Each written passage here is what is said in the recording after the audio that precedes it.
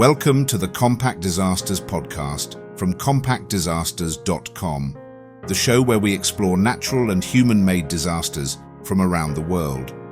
This is episode 55, the 2010 Haiti Earthquake.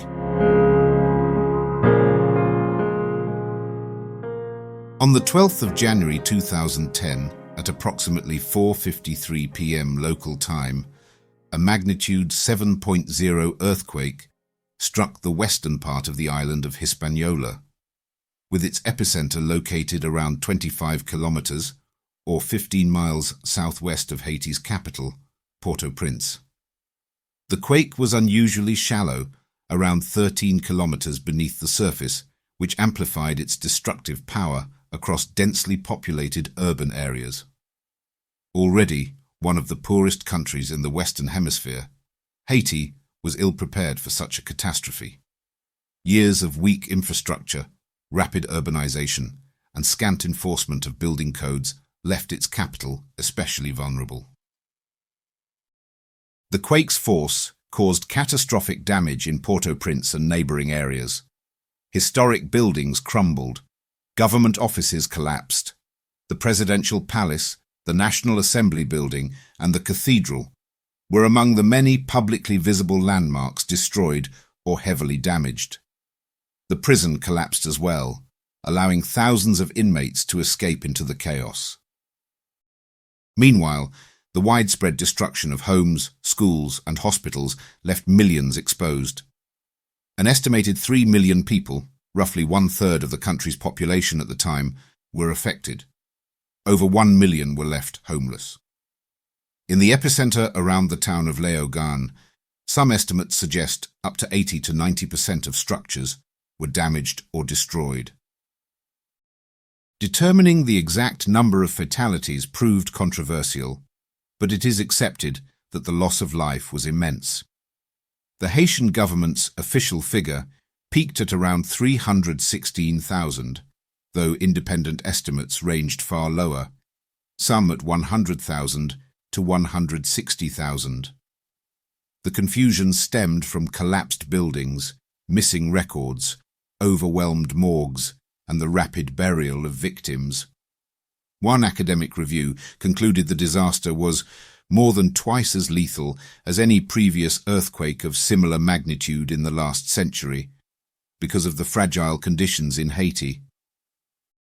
In the wake of the earthquake, survivors crowded into makeshift tent camps. More than 1.5 million people lived in temporary shelters at the peak of the crisis. Some remained in tents for months amid rain and hurricane season. Clean water, sanitation, and medical services were severely compromised. Hospitals had collapsed, streets were blocked, communication and infrastructure were disrupted. The resulting secondary effects included disease, hunger, and social unrest. Looting and violence rose in the confusion as prisoners escaped and control of some areas faltered. The quake devastated Haiti's already fragile infrastructure. Approximately 250,000 residences and 30,000 commercial buildings were destroyed or severely damaged.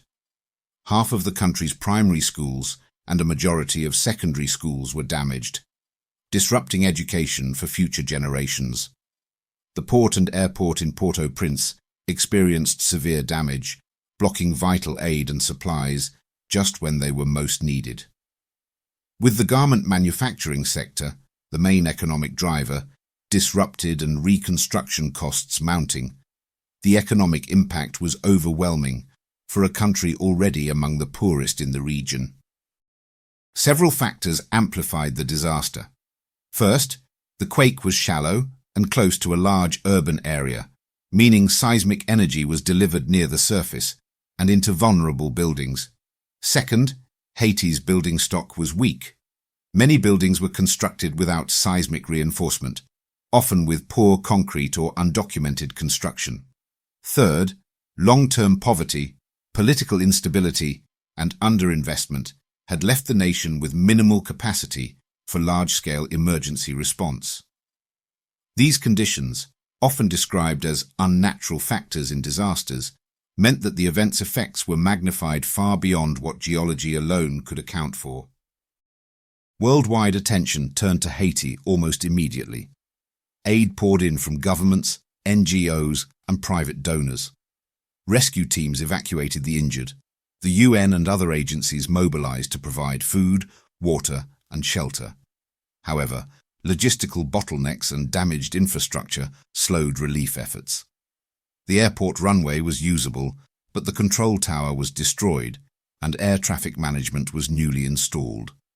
Naval vessels and helicopters played key roles in delivering personnel and supplies, while local ingenuity, Haitians digging by hand to search for survivors, became vital. In October 2010, a cholera outbreak erupted in Haiti, compounding the humanitarian crisis. The epidemic has been linked to contamination of a major waterway, and by July 2011, more than 5,800 deaths had been recorded, with hundreds of thousands infected. The earthquake had displaced countless people into camps with inadequate sanitation, and the lack of access to clean water made them especially vulnerable to disease. Healthcare infrastructure, already strained or destroyed, struggled to cope. While reconstruction efforts began quickly in principle, progress was slow in practice. 2 years after the quake, more than 360,000 people still lived in tent camps. Many homes remained damaged or marked for demolition. Relocation was delayed. Reconstruction funding poured in, but coordination, oversight, and long-term planning lagged. Donor fatigue, political pressures, and Haiti's governance challenges hampered the process. Some argue that reconstruction lacked meaningful local participation, which undermined sustainable rebuilding. The 2010 earthquake did more than destroy buildings. It altered Haitian society. The loss of government buildings crippled state capacity, and the education system was disrupted as healthcare challenges multiplied. Many people migrated to other parts of Haiti or abroad as the disaster deepened existing inequalities. Those who were already poor had fewer assets to recover. Slum-dwelling families were hit hardest. Experts note that Haiti's vulnerability before the quake meant that an earthquake event was effectively a social, economic, and urban disaster rather than purely a natural one. The 2010 Haiti earthquake offers multiple lessons. First, earthquake-resilient construction matters, even in low-income countries. Reinforced buildings, appropriate design standards, and enforcement can save lives. Second, disaster risk extends beyond geology. Governance, the economy, infrastructure, and urban planning shape it. Third, a rapid influx of aid needs coordination and local systems in place to channel it effectively. And fourth, long-term development must consider hazard mitigation as integral to progress, not as a separate add-on. Despite the years since the disaster, Haiti remains vulnerable. The fault systems beneath the island remain active. A 2021 quake of magnitude 7.2 struck southwestern Haiti, killing over 2,000 people and reminding the world that seismic risk remains real. The path to full resilience is far from complete. The 2010 earthquake did not finish Haiti's story. It rewrote it. The scars remain in the ruins, the tent cities, the unfinished homes, and the memories of lost loved ones. Yet there is also determination. Haitian engineers, community leaders, and citizens continue to rebuild, learning from past mistakes, advocating for safer homes, and resisting donor-driven models that ignore local needs. Reconstruction is not just about concrete and steel. It is about social infrastructure, local capacity, and empowerment. From the rubble of broken homes and shattered lives, Haiti continues its journey. The 2010 quake will always be a marker of tragedy, but it is also a turning point, a reminder that resilience is built not when the shaking stops, but when people stand together. rebuild together, and plan for the future together.